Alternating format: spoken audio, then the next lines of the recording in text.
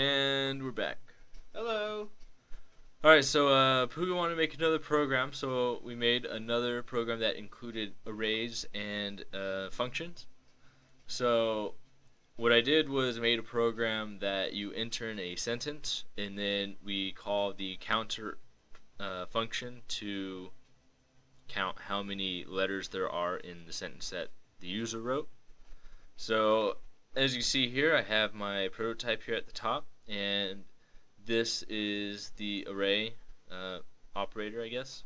Um, and that's how you do the declaration for the program to expect an array. And since I'm making a character array, I have to give it the type character, and I'm also going to be returning the number of letters that it has, so I'm going to be returning an integer. Ooh, 1 second. Puga has something to say. Yes. Remember, character arrays are always passed by reference. Yes, any array is actually passed by reference. Shut up, Kevin. Because that's just how arrays operate. Yep. So always remember that you don't have to give it an ampersand or anything, and always keep in mind that when you do pass an array, it's not being passed by value. So when you make a change to an array, it's going to be changed everywhere. So I'll just walk through the program real quick.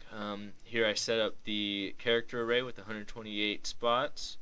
I get the sentence that they want to enter with the cn.getLine, and then inside of this cout statement I call the counter function. So once it gets here, it's going to go and see this counter function. We're going to drop down to this function here where I pass the array, because the array in main I called a.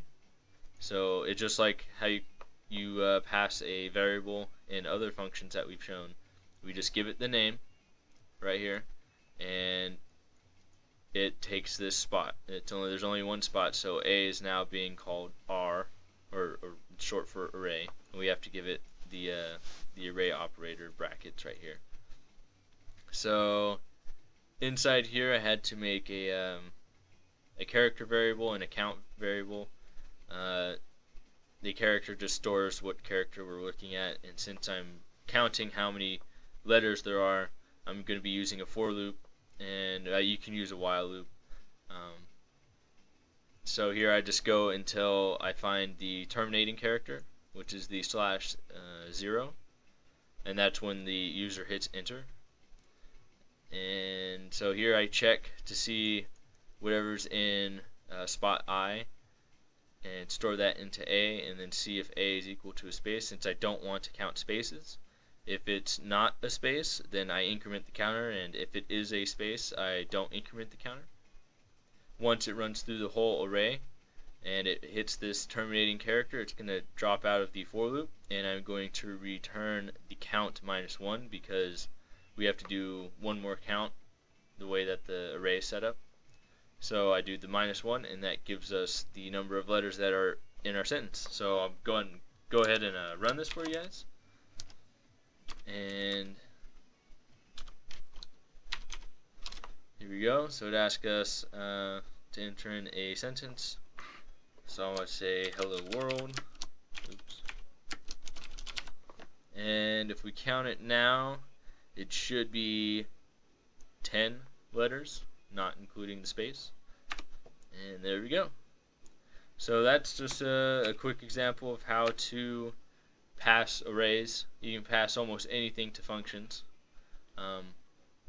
Yeah, so that's just an example of passing a character array, and you can do things like reverse the array. You just have to get a little creative inside of the actual function. Puga, do you have anything to add? Oh yeah, I noticed something. Uh-oh. What happens if you take away the function prototype from the top and you just have the body all the way at the bottom? It'll probably break. It will. So if we do that, it's going to yell at us, because there we go. It was not declared in the scope. Yep. So you only have one of two choices. You either declare the entire function at the top, or you put function declaration and then the body all the way at the bottom. Yep. Or you could do the prototype and then put the declaration right under it, but it makes no sense whatsoever. But yeah, there you go. Yep. That's pretty much it. That's it. See ya. See you guys.